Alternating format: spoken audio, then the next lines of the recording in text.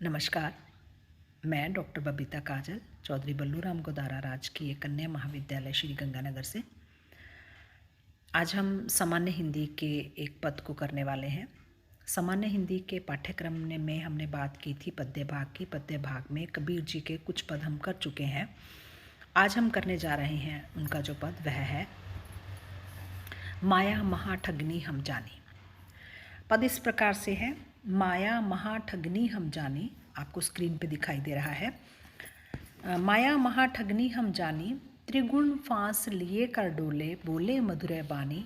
केशव के कमला वे बैठी, शिव के भवन भवानी।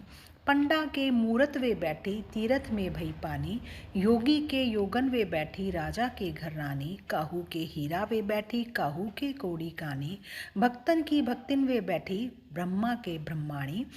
कहे कबीर सुनो भई साधो, यह सब अकथ कहानी। इस पद में विशेष रूप से कबीर जी जो है वो माया के बारे में बात कर रहे हैं। माया जो भ्रमित करती है, माया जो महाठगनी है, उसको महाठगनी का संबोधन दिया है कबीर जी ने। और वो क्या कह रहे हैं इस पद में? वो कहते हैं माया महाठगनी हम जाने। जितना मैंने जाना है, जो मेरा अनुभव है, वो यही कहता है कि माया जो है वो महाठगनी है। त्रिगुण फांस लिए कर डोले, बोले मधुरे बानी। वो अपने हाथ में 3 गुणों रूपी फंदा जाल लेकर घूमती रहती है, फंसाने के लिए, शिकार को फंसाने के लिए, जीवात्मा को फंसाने के लिए। और वह त्रिगुण रूपी फंदा, 3 गुण क्या है? सत्य रज तम। सतो रजो और तमो गुणी ये जो त्रिगुण फंदा है, उसको हमेशा हाथ में लेकर घूमती रहती है अपने शिकार को शिकंजे में फंसाने के लिए। बोले मधुरे बानी, बड़ी मधुर बात बोलती है, इतनी मधुर कि व्यक्ति जो है वो उसके जाल में फंस जाता है। और इसके विभिन्न रूप हैं, कोई भी इससे अछूता नहीं है।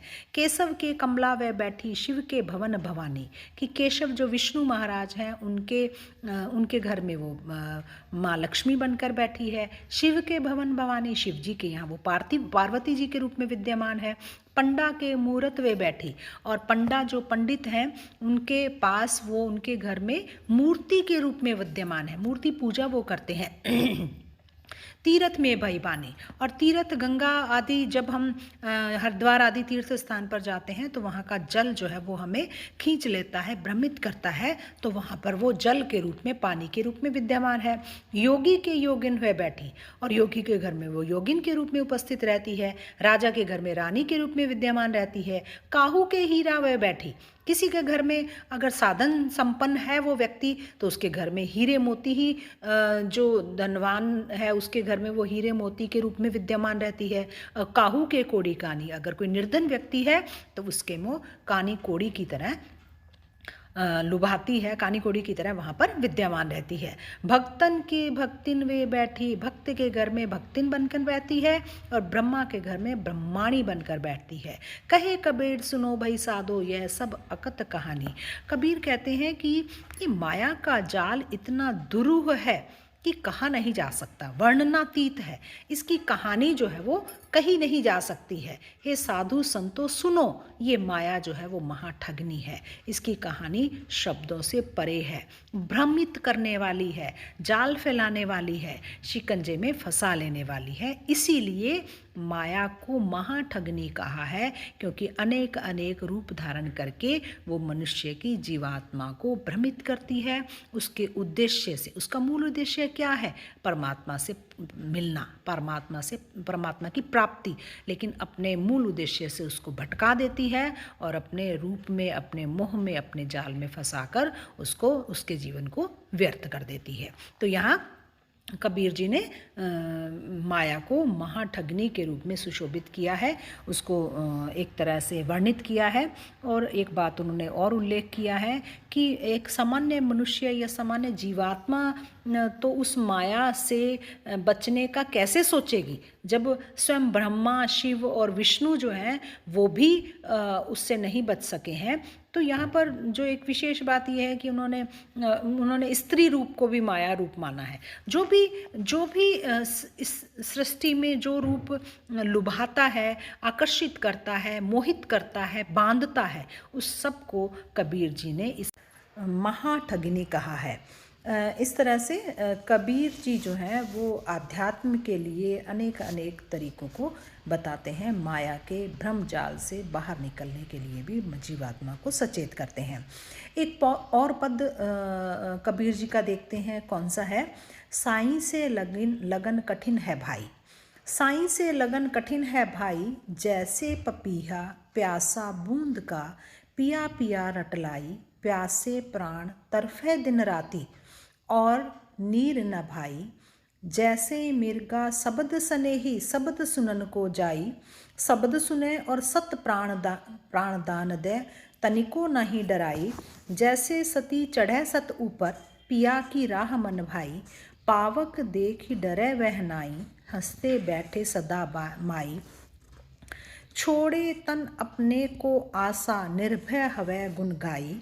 कहत कबीर सुनो भाई साधो, नहीं तो जन्म नसाई। लोका जनि न बोलो भाई, खलिक खलक खलक में खलिक, सब घर रहो समाई। जीवात्मा और परमात्मा के बीच अभेदता की स्थिति का वर्णन कर रहे हैं, और वो कहते हैं कि उस परमात्मा से लगन कैसे लगे। जीवात्मा के भीतर परमात्मा से मिलने की जो ललक है वो कैसे जागृत हो। वो कहते हैं साईं से लगन कठिन है भाई, कि जो इस जीवात्मा का मालिक है, परमात्मा है, उससे लगन, उससे प्यार बड़ा कठिन है। जैसे पपीहा, उस प्यार का निर्वाह बड़ा कठिन है। जैसे पपीहा प्यासा बूंद का, पिया पिया रटलाई। पपीहे को स्वाति नक्षत्र की बूंद से अनुराग होता है, लगन होती है, प्यार होता है, और उस बूंद की प्यास में वह पिया पिया की रट लगाए रखता है। प्यासे प्राण तरफे दिन राती, और नीर न भाई, कि प्यासे प्राण उसके दिन रात तड़पते हैं, लेकिन उस स्वाति नक्षत्र की बारिश की बूंद के अलावा किसी अन्य नीर को स्वीकार नहीं करता है पपीहा। जैसे मिर्गा शब्द स्नेही शब्द सुनन को जाई। जैसे हिरण का मोह, हिरण का प्रेम शब्द से होता है, संगीत से होता, और उस संगीत की धुन से उसको सुनने के लिए वो आगे बढ़ता चला जाता है। शब्द सुने और सत प्राण दे, और शब्द सुनते सुनते, संगीत सुनते सुनते ही अपने प्राणों को त्याग देता है। तनिको नहीं डराए, लेकिन वो डरता नहीं है। उसका प्रेम संगीत से है, और संगीत से प्रेम की राह में अपने प्राणों का उत्सर्ग भी उसे करना पड़ता है, तो वो पीछे नहीं हटता है। जैसे सती चढ़ी सत ऊपर, पिया की राह मन भाई। जैसे एक सती पतिव्रता स्त्री जो होती है, वो अपने पति की मृत्यु के पश्चात चिता में उनके साथ ही चढ़ जाती है सत्य की रक्षा करने के लिए। पिया की राह मन भाई, उसे पिया के रास्ते पर ही जाना अच्छा लगता है, उसके मन को भाता है। पावक देख डरे वह नाही, हंसत बैठे सदा माई। और चिता की अग्नि को देखकर भी उसे डर नहीं लगता, वो अपने पाँव को पीछे नहीं हटाती है, और हंसते हंसते वो अपने आप को उस चिता की अग्नि के हवाले कर देती है, हंसते हंसते उस पर बैठ जाती है। छोड़ो तन अपने को आशा, निर्भय हवै गुण गाई। इसलिए हमें भी उस परमात्मा से अपने प्रेम का निर्वाह करने के लिए इस तन की आशा को छोड़ देना चाहिए, और निडर होकर कि हमारे तन का क्या होगा, नुकसान होगा, ये हो जाएगा, हम डरते हैं, भयभीत होते हैं, कि उस डर को निकाल कर निर्भय होकर हमें ईश्वर के गुणगान करने चाहिए। और कहत कबीर सुनो भई साधो, नाही तो जन्म नसाई। कबीर जी कहते हैं, अगर उस प्रभु का गुणगान नहीं किया तो यह जीवन तो समझो ऐसे ही नष्ट हो जाने वाला है, व्यर्थ हो जाने वाला है। लोका जनि न भूलो भाई। इसलिए हे लोगों, आपको ये बात बिल्कुल नहीं भूलनी चाहिए, खलिक खलक खलक में खालिक, कि वो जो ईश्वर है वो कण कण में समाया हुआ है, सब जगह है, सर्वव्याप्त है, सब घर रहे समाई, सब घर के अंदर विराजमान है। वो कहीं दूर नहीं है, वो कहीं उसको ढूंढने के लिए नहीं जाना है, वो तो हमारे अंदर ही है। उसकी खोज करें, उससे प्रेम का निर्वाह करें, और अपने जीवन को हम सफल बनाएं। ऐसा कबीर जी का मानना है। बहुत ही सुंदर साधारण शब्दों में उन्होंने ईश्वर के प्रति प्रेम को, समर्पण को इन पंक्तियों में व्यक्त किया है। आज के लिए इतना ही। धन्यवाद।